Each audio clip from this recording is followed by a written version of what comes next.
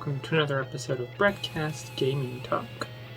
The mid-2000s was the start of a game genre that would reign supreme for a good amount of years. This game genre was the music video game.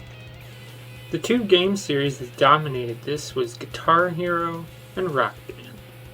In this video, I want to take a look at where each series got their start, how these series were at the height of their popularity for the genre, and what led to the eventual decline and demise of this genre.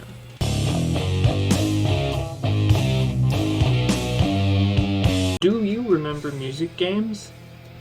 Do you remember when stores like GameStop had big displays of plastic instruments taking up space in their stores? Do you remember when these two game series were so popular on YouTube that that's all you could find on YouTube? I was there when these types of games were at their most popular. Guitar Hero was actually created because there was a partnership between Red Octane and Harmonix, who would later become known for their rival series Rock Band. Red Octane was the company in charge of making these specialized plastic instruments, while Harmonix made the actual game. Or they partnered up, and in 2005 they released a game titled Guitar Hero.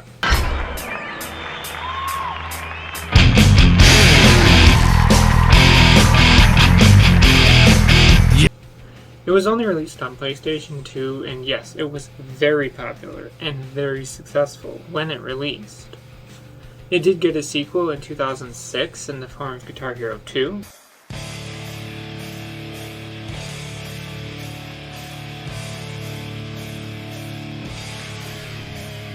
There was a change in who made the controllers for Guitar Hero, from some company in China making them to them being made in-house by Red Octane. 2006 was the year when Red Octane was bought by everyone's favorite company, Activision, who spent $100 million to acquire the Guitar Hero franchise.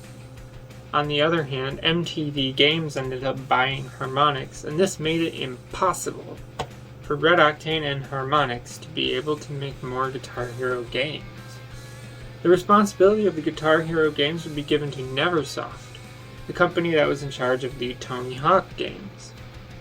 Neversoft would prove themselves in 2007 when they released their first Guitar Hero game, which was Guitar Hero 3 Legends of Rock.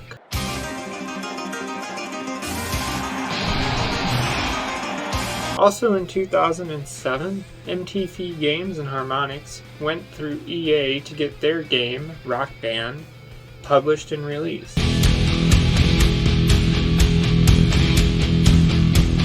They took what they learned from developing the first two Guitar Hero games, and they made a game that, if you ask me, went above and beyond what Guitar Hero could do at the time, in 2007. Guitar Hero was only able to be played with one, maybe two controllers on one console. Rock Band, they went to the lengths to make it so you can have 3 guitars, drums, and a microphone and be able to really emulate the full band experience. I remember when I was younger, when I would go down the road to a friend's house and we would play Rock Band, and the 3 of us could play all at the same time on one console. That was something you couldn't do with Guitar Hero. But Guitar Hero 3 did have some killer songs like Slayer's Raining Blood, Metallica's One, Living Colour's Cult of Personality, Black Sabbath's Paranoid, and most notably, and kind of famously, Dragon Force's Through the Fire and the Flames. I could not tell you how many millions of YouTube videos there were around this time of, Through the Fire and Flames, Expert 100% SC. Woo! How many people tried to get the 100%ing Through the Fire and Flames on Expert without missing a single note. It was everywhere on YouTube too. Rock Band had what? Metallica's Enter Sandman? At least in my opinion. I can't also forget that in 2007, they also released Guitar Hero Encore Rock the 80s. From Activision in 2008, we got Guitar Hero World Tour.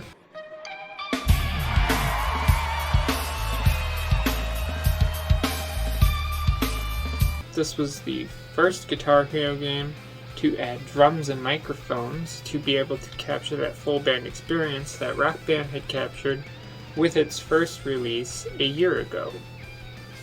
Notable songs are BYOB by System of a Down, Crazy Train by Ozzy Osbourne, Freak on a Leash by Korn, Mr. Crowley by Ozzy Osbourne, Parabola by Tool, and Schism by Tool, Pull Me Under by Dream Theater, Trapped Under Ice by Metallica, and so on.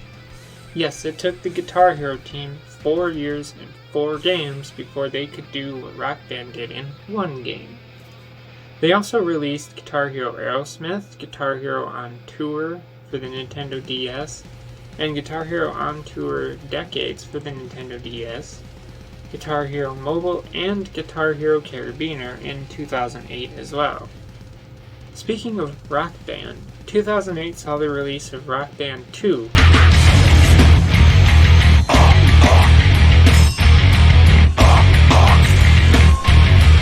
Oh, but that wasn't all.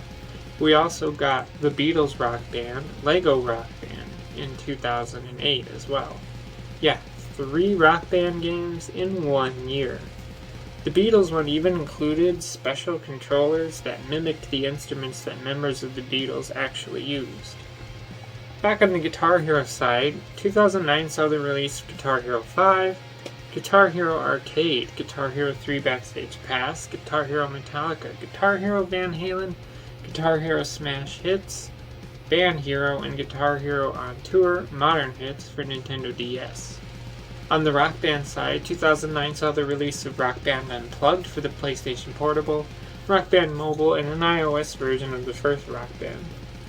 2010 for Guitar Hero looked like Guitar Hero Warriors of Rock, Guitar Hero World Tour Mobile, the iOS version of Guitar Hero 5 for Android, and Guitar Hero Warriors of Rock for Android.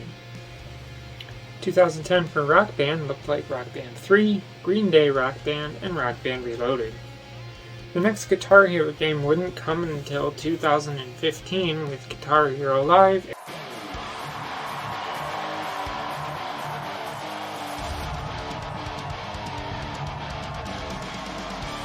and an iOS version of Guitar Hero Live. On the Rock Band side, 2012 saw Rock Band Blitz, 2015 saw Rock Band 4, and 2017 saw Rock Band VR. Did you notice, 2008 to 2010 seemed to be the height of these music games series, with each series releasing multiple games per year. So what happened? Well, you may be surprised to know that the decline for games like Guitar Hero and Rock Band started in 2009. The reason for the decline was the oversaturation of games in both of these series. I mean, look at how both series were releasing up to 3 games a year. 3 games a year!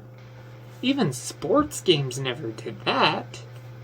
The other thing that affected the decline was the mid-2000 recession, which made it so that people wouldn't or couldn't spend a couple $100s on plastic instruments and games. Now, Harmonix did try to combat this by adding real instrument support onto Rock Band 3, but that didn't really help them, as their parent company Viacom, they were looking to sell Harmonix due to how much money they were losing. Harmonix still held the rights to Rock Band, but they were hurting badly and ended up having to lay off about 15% of their staff in 2011. Unlike Activision and Guitar Hero, which I'll get to this a little bit here, Harmonix said that they would continue to develop Rock Band games, which would possibly lead to a resurgence in the series later on. On the Guitar Hero side, Activision took personnel and moved them into Activision proper from Harmonix, from Neversoft, and closed the Guitar Hero division of Neversoft. In 2011, the CEO of Activision stated that they would just stop selling Guitar Hero games all the way around, and this further cemented that comment when in 2011, Guitar Hero 7 was just flat out cancelled because it was a disaster.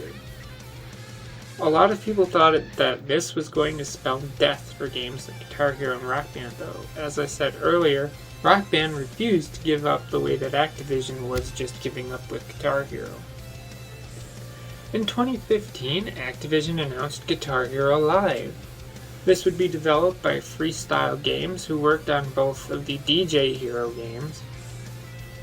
They were given free rein to reboot the Guitar Hero series as they saw fit, and the first thing that they did was they dropped the 5 color buttons on the guitar controller, and they went for 6 buttons, 2 rows of 3 buttons on the guitar controller, which was supposed to be able to more accurately represent fingerings on an actual guitar.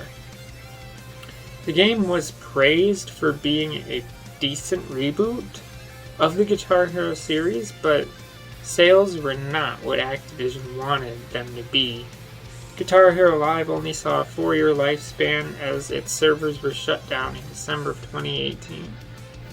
What happened on the Rock Band side of things? Well, in 2014, the people at Harmonix were basically saying that a new Rock Band game will happen at some point. They were just waiting for the right moment, especially with the 8th generation of consoles right around the corner. In 2015, they delivered with Rock Band 4. The big thing is that Harmonix actually partnered with Mad Catz for the creation of new controllers for Rock Band 4. However, Rock Band 4 underperformed by a lot, like a loss of $11 million a lot, and this made it so that Mad Catz terminated the agreement that they had with Harmonix in June of 2016. Harmonix even tried to crowdfund a PC version of Rock Band 4, but they never met the goal, and even though they said they would try to get it on PC some other way, they didn't. The only other thing that Harmonix would do is release Rock Band VR for the Oculus Rift, which was March of 2017.